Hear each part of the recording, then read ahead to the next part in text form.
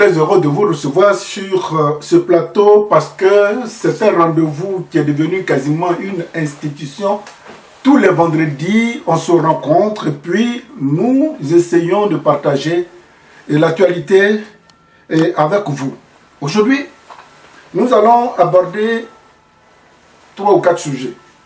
Annie Kélé, en Côte d'Ivoire, Madame Annie Kélé vient de faire une sortie qui met beaucoup de clarté dans l'esprit de tous ceux qui sont militants du FPI et des Ivoiriens par rapport à ce qui arrive au FPI et surtout dans l'entourage du président Laurent Gbagbo. Deuxièmement, Ouattao, il est parti se soigner aux États-Unis d'abord. On nous a dit qu'il était gravement malade. Suivi, on l'a mené au Maroc. Du Maroc, il s'est retrouvé à New Jersey, aux États-Unis. Et le bruit courait comme quoi Ouattao serait décédé, ce qui n'est pas vrai. Ouattao vient de nous faire parvenir des photos où il est en train de jouer avec ses enfants dans la neige. Et puis, je dis bien, et puis, nous allons nous pencher sur les élections en Côte d'Ivoire. En dernière position, nous avons fait partager une analyse que nous avons faite sur le retard de l'Afrique et des Africains. Annie Kélé. Annie Kélé a fait une sortie, elle a fait l'étalage de beaucoup de carences, beaucoup de constats autour du président Laurent Gbagbo. Et tout rime autour de Nadi Bamba. Il y a plus de 4 ou 5 mois en arrière, nous avions été invités par une dame qui séjourne en France, qui a monté une association pour interpeller toutes les juridictions internationales compétentes des droits humains. Et cette association, pour faire prendre et juger les coupables du génocide de Oué, elle s'appelle Mme Kei Vao. Mme Kei Vao a monté son association. Elle se bat, vaille que vaille, et elle a tout fait pour rentrer dans le cœur de la Cour pénale internationale à ces pays. Au moment où Mme Kei Vao, son dossier devait aboutir, la même Nadi Bamba a commencé à envoyer des émissaires pour dire à la dame que Gbagbo ne veut pas, le président Gbagbo ne veut pas qu'on parle du génocide de Oué. Et d'ailleurs, il faudrait qu'elle se taise, qu'elle lui remette aussi le dossier. C'était encore frais. On avait même peur. Madame Kei Vao, qui est Oué, qui a perdu des parents, aujourd'hui, elle fait ce qu'elle peut.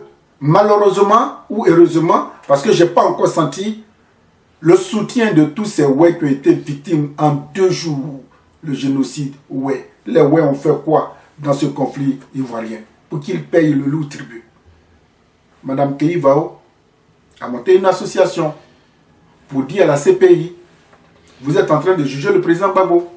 Je suis victime du génocide Oué. Voilà les dossiers, voilà les photos. Nadi Bamba et un autre Bamba, ils ne veulent pas entendre parler de ça. On a laissé le problème en état parce que le président Gbagbo n'était pas encore sorti. Le président sort, on observe, on regarde. Et puis c'est toujours les mêmes choses. Annie Kélé est dans le cœur du système. Elle a fait une série de constats. Madame Gbagbo, quoi qu'on dise, c'est une grosse victime. Jusque-là, elle veut essayer de nous dire ce qu'elle a vécu sur le parcours de sa pénitence. Il y en a qu'elle dit, il y en a qu'elle ne peut pas dire. Madame Gbagbo aujourd'hui est obligée de s'appuyer sur un garde, sinon son équilibre est flottant. Nous compatissons pour la dame. C'est dans ça là que, grâce à Annie Kélé, on vient de savoir que si aujourd'hui le président Gbagbo ne veut pas recevoir son épouse Simone avec qui il a lutté, à cause d'une certaine Bamba, Nadi Bamba. Je vous demande vraiment d'écouter sérieusement Annie Kelly. Quand j'ai fini d'écouter Annie Kelly vers 4 h du matin, j'ai modifié le contenu de mon intervention d'aujourd'hui. Je dis, je vais parler de ça d'abord, avant de rentrer dans le vif du sujet. Pour qui veut la paix, si le FPI n'est pas rassemblé, le FPI n'est pas uni, on ne peut aller nulle part. Quand on entend Annie Kelly, je crois qu'entre le président Gbagbo et le président Afingessa, il n'y a aucun nuage. C'est toujours l'entourage. En Afrique, les leaders meurent à cause de leur entourage, en voulant tellement les protéger, en voulant tellement filtrer un certain nombre de choses, ils finissent toujours par tuer le leader. Pour qui veut la paix en Côte d'Ivoire, cet incendie plutôt, qui est virtuel, il faut l'éteindre. Je voudrais lancer encore un appel. On vient de se rendre compte que, mine de rien, c'est des gens à l'intérieur, dans l'entourage du président Gbagbo, qui ne veut pas qu'il y ait la paix en Côte d'Ivoire, qui ne veut pas que le président Gbagbo et le président Afin, qui détient légalement le logo. J'ai rencontré Afin sur mon plateau. Il dit non. C'est ceux qui sont autour du président. Et la plupart ne sont même pas militants du FPI. C'est eux-là qui ne veulent pas que je rencontre le président. Mais moi, Afin, je suis très optimiste. Lui et moi, nous allons nous rencontrer. Afin est favorable. Je vous demande pardon. Dans 8 mois, 9 mois, nous allons partir à une élection. Et cette élection est tellement inquiétante que si le FPI n'est pas uni, on va tout droit. La crise post-électorale de 2010, moi quand j'en parle, j'ai des frissons dans le dos. Tout à l'heure, avant de commencer, j'ai dit à l'ouest, il y a eu combien? Près de 800, 1000, 3000, 4000, 6000. Jusque-là, personne ne peut dénombrer. Il y a des villages qui n'existent plus. Les pauvres, ils ont eu quoi? Parce qu'ils sont de l'Ouest. Annie Kelly, merci de nous avoir ouvert les yeux et de m'avoir permis de me prononcer sur ce sujet. Tout le monde a vu, tout le monde voit. Mais il aurait fallu que tu parles pour que nous tous nous engouffrons. Je voudrais aussi parler de M. Mangwa, de M. Valentin du PDCI RDA. Le PDCI fait un travail excellent, formidable. Mais je voudrais, c'est juste une parenthèse. Vous ne pouvez pas aller à une conquête aussi importante pendant que le pouvoir est en train de brimer vos vaillants soldats, ceux qui peuvent appeler du monde. Le président, le jeune président Valentin, ce qu'il a dit aujourd'hui, il y en a qui disent pire que ça. Monsieur Mangwa, il est en prison. Pourquoi? On n'entend pas le PDCI sur ces cas d'injustice en son sein. PDCI, si vous voulez vraiment demain aller conquérir ce pouvoir qui est délicat, eh bien, balayez devant votre porte en faisant mains et pieds pour que Mangwa et Valentin puissent recouvrer, n'est-ce pas, la liberté et la liberté d'expression, la liberté de parler. Ouattao, pour quiconque est ivoirien, quand on dit le nom Ouattao, il sait de quoi je vais parler. Ouattao est un maillon essentiel de la rébellion. Ouattao serait gravement malade. Il est allé au Maroc. Du Maroc, il se retrouve aujourd'hui aux États-Unis. Ouattao, je vais t'interpeller. Et interpeller Ouattao, j'interpelle aussi Soro-Guillaume. Vous avez pris les armes, soi-disant pour apporter le mieux-être aux Ivoiriens, pour apporter le bonheur, pour apporter soi-disant l'équilibre, la paix. 10 ans après, Ouattao, vous ne pouvez pas tomber malade et puis aller chercher un autre hôpital pour vous soigner. Donc ce combat que vous avez mené là, pour dire que vous voulez apporter la paix, Ouattao, grâce à la maladie que vous avez eue, est-ce que vous avez besoin de quitter la Côte d'Ivoire pour aller vous faire soigner à l'extérieur? Donc, le combat que vous avez mené, si vous n'êtes pas capable de vous soigner localement, si vous n'êtes pas capable de dire aux Ivoiriens, est-ce que depuis 10 ans, le combat que nous avons mené, est-ce que ça vous sied? Vous en avez été content? Ouattao, tu es malade, ou du moins vous êtes malade, vous quittez la Côte d'Ivoire pour aller vous soigner. Et les Ivoiriens qui sont là, dans ces hôpitaux qui sont devenus des mouroirs à Ouattao, pourquoi vous avez pris les armes alors? Monsieur Soro Guillaume, qui aspire à être président de la République, vous avez pris les armes là, pour faire quoi? 10 ans là, c'est encore nous, la Côte d'Ivoire a régressé. L'injustice, la liberté de la parole.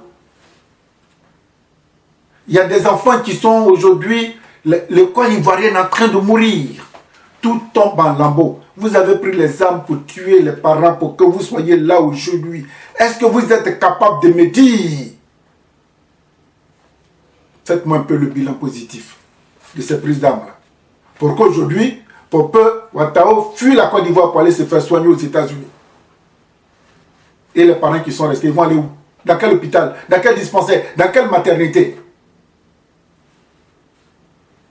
Pour 25 millions d'habitants. Vous êtes devenus tous riches comme Crésus. Mais si l'argent qui doit vous permettre de mettre à la disposition des Ivoiriens pour leur mieux-être, ça n'arrive pas que ça tombe dans vos caisses pour vous enrichir. Dans ce combat-là, vous avez pris les armes pour vous enrichir. En fait, ce n'est pas du tout pour l'amélioration de la condition de vie des Ivoiriens, encore moins ceux du Nord. Donc, M. Ouattao, c'est une question que je pose autant pour toi, pour vous, Soro, tous ceux qui ont pris les armes, je leur demande de nous faire un bilan global. Quand vous avez pris les armes pour dire que vous apportez le mieux-être. Où nous en sommes aujourd'hui avec vous qui avez pris ces armes-là. Excusez-moi, quand je parle d'armes et que je parle de mort, souvent vous pensez que je suis fâché. C'est la douleur qui me fait remonter. Monsieur Ouattao, Monsieur Soro Guillaume, tous ces chefs de guerre, vous qui avez pris les armes que nous connaissons, les autres qui sont dans l'ombre, on ne les connaît pas. Pour 25 millions d'habitants. Quelqu'un m'a dit que Ouattao seul peut avoir plus de 100 milliards sur son compte. Je ne compte pas pour M. Soro. Je ne compte pas non plus pour les autres chefs de guerre. Aujourd'hui, en Côte d'Ivoire, quand quelqu'un meurt, on fait appel à des cotisations. Mais comme eux, ça ne leur arrive pas parce que quand quelqu'un meurt chez eux, ils ont les moyens. Mais le citoyen lambda pour qui vous avez prétendu prendre les armes pour améliorer sa condition de vie. Aujourd'hui, si un de ses parents tombe, on est obligé de demander cotisation. Mais les Ivoiriens n'ont rien à manger. Il n'y a plus de boulot. Pour un cadavre, on demande à... Nous qui sommes dans la diaspora, on est foutus. Tous les jours que Dieu fait, oui, il y a ta tante qui est décédée, il faut envoyer 200 000, il faut faire ceci, sinon on ne pourra pas. Quand je vois tout ça, vous avez pris les armes pour faire régresser la Côte d'Ivoire dans une cruauté intenable. Faites en sorte que ce que vous avez prétendu, ce qui vous a poussé à prendre ces armes, pour être là où vous êtes, il n'est pas encore trop tard. Revoyez votre copie. Les armes que vous avez prises là, ça n'a pas amélioré notre condition. Ça a plutôt empiré.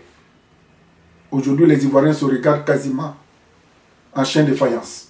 Il y a le doute, il y a la crainte, il y a la peur. C'est sur ce plan-là, je vais attaquer les élections d'octobre 2020. Je continue d'entendre les militants. Oui, c'est le président Bédié qui va passer au premier tour. Alassane va passer au premier tour. Soro même on ne parle même pas, il va passer au premier tour. Vous êtes encore dans ça. Moi, je pensais qu'avec tout ce qui nous est arrivé, surtout aux Ivoiriens, on allait s'asseoir pour dire, mais M. Bédié dit qu'il veut être candidat, qu'est-ce qu'il propose? M. Alassane Ouattara est au pouvoir. Quel est son bilan? Qu'est-ce que vous pouvez attaquer? Qu'est-ce que M. Ouattara propose à nouveau s'il a fait un échec? Qu'est-ce que M. Soro propose? Mais c'est des clubs de soutien aux personnes. On n'a rien compris. Je dis bien qu'on n'a tiré aucune leçon. Si vous êtes PDCI et que vous ne soutenez pas le candidat, vous êtes mort. Alors, je voudrais simplement dire aux Ivoiriens, aux militants, que, pour une fois, je vous demande pardon. Pour une fois, je vous demande pardon. Demandez à vos leaders, à vos partis politiques, de proposer des projets de société, des projets de gouvernement. Alors si on doit voter l'homme, si on doit voter l'ethnie, si on doit faire référence à ces symboles-là, les Ivoiriens n'ont rien compris. Pour une fois, demandez aux partis politiques, à tous ceux qui s'agitent, c'est qu'est-ce que vous nous proposez? Aujourd'hui, il y a tellement de médias, il y a des réseaux, il y a des canaux de communication. Ne soyez pas omnibulés par vos représentants s'ils n'ont rien à proposer aux Ivoiriens.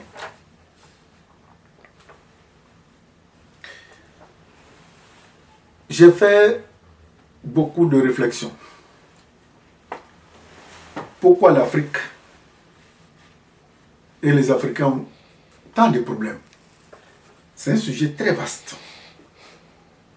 Voyez, quand je vois des femmes, des hommes, je vais parler quand même des femmes. J'ai un médecin, un docteur en pharmacie dans le studio. Quand une famille est vraiment en détresse, le père se propose de vendre son rein. Ça coûte cher. Il vend son rein. Mais ce rein qu'il vend là, c'est parce que ça ne va pas dans la famille qu'il le vend. Celui à qui on va implanter ce rein là, il prend le rein de quelqu'un qui n'a rien à manger et qui est obligé de vendre une partie de son corps pour donner à une autre personne, moyennant finance. Celui qui a eu le rein là, il va prendre la tristesse de celui qui lui a donné. J'ai regardé sur les réseaux sociaux les Algériennes, les Indiennes qui n'ont rien à manger, elles vendent leurs cheveux. Et puis les gens prennent pour fabriquer des mèches. Et ces mèches-là, on ne les met pas comme des colliers. On les pose sur la tête. Comment vous pouvez supporter la détresse des gens dans votre tête? La tête des Noirs. Dieu nous a donné des cheveux. On n'en est pas fiers. Et puis vous voyez des femmes, souvent même des perruques là, ça peut tomber sur leur dos. Mais les femmes là qui ont leurs cheveux, c'est parce qu'elles n'ont pas les moyens. Qu'elles disent, bon, paraît-il que dans telle entreprise, quand tu vas, tu vends tes cheveux, on te donne de l'argent. C'est une tristesse que vous portez sur vos crânes. Quand nous rentrons dans les magasins des Chinois, des Asiatiques, des Indiens, il y a toujours un petit hôtel. C'est éclairé. Vous ne faites pas attention. On donne à manger, il y a des pièces. C'est leur culture. Ce que pour nous, là, on a laissé pour prendre la Bible et puis le Coran, là. À l'époque, je dis bien, à la belle époque, quand une famille sent un malheur qui approche, soit on fait appel à un oracle, ou le vieux achète une bouteille de liqueur, ou bien même simple de l'eau, il met dans un gobelet, et puis il appelle les esprits de tous ces morts. Il dit, Nanankia, demain mon fils va voyager.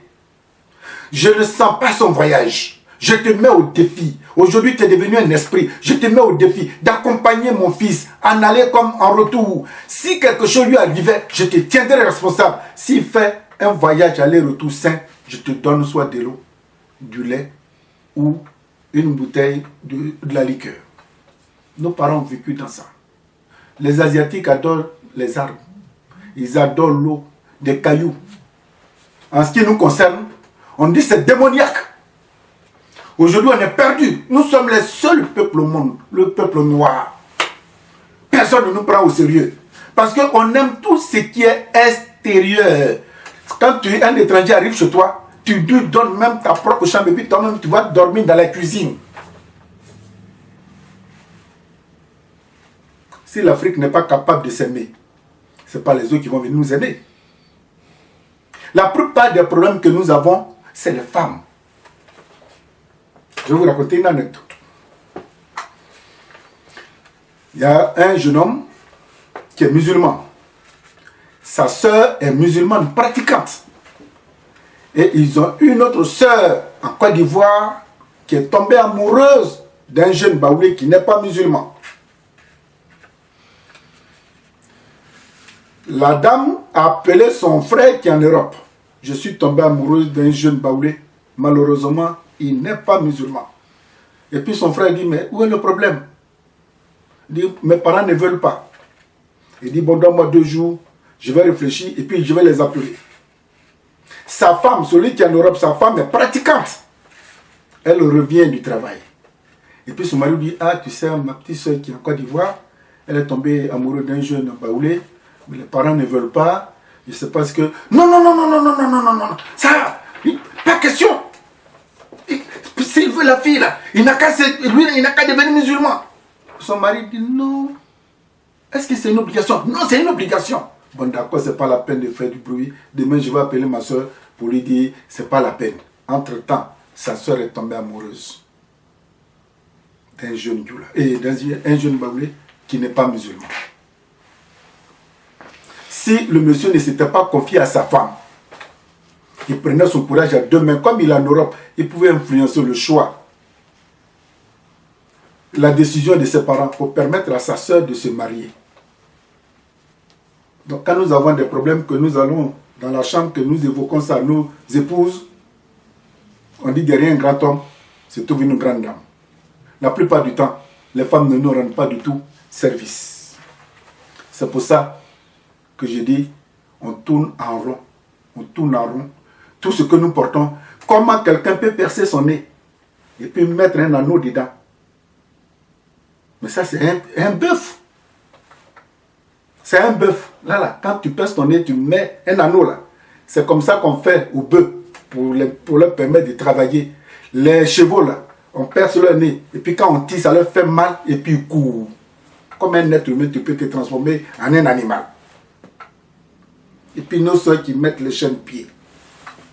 Je vais terminer sur ça. Vous savez, il y a 200 ans, 400 ans en arrière, on venait enchaîner nos parents pour les déporter en Europe. Il y en a qui mouraient. Donc ces esprits-là, à force de transporter nos parents enchaînés sous les eaux, il y a des esprits qui sont nés là-dedans. Et aujourd'hui, ces esprits-là ne savent pas où aller. Spirituellement, quand vous mettez les chaînes, ces esprits disent, ah, voilà quelqu'un qui nous interpelle. Et puis, paf, ces esprits-là viennent se greffer sur vous. Vous ne savez pas pourquoi vous tournez en rond. Mais comme un être humain, tu peux te mettre une chaîne au pied. Comment tu peux te percer le nez? Percer ta langue, ta langue. Mais c'est quoi ça? On est où? L'Afrique, elle est vraiment mal partie. Mais moi, je ne suis pas mal parti. Mes amis et moi, nous allons mener le combat. Merci. Et d'ici là, bonne fête de fin d'année. Nous allons vous présenter nos vœux à l'approche de la fin du mois de décembre. Portez-vous bien. À bientôt.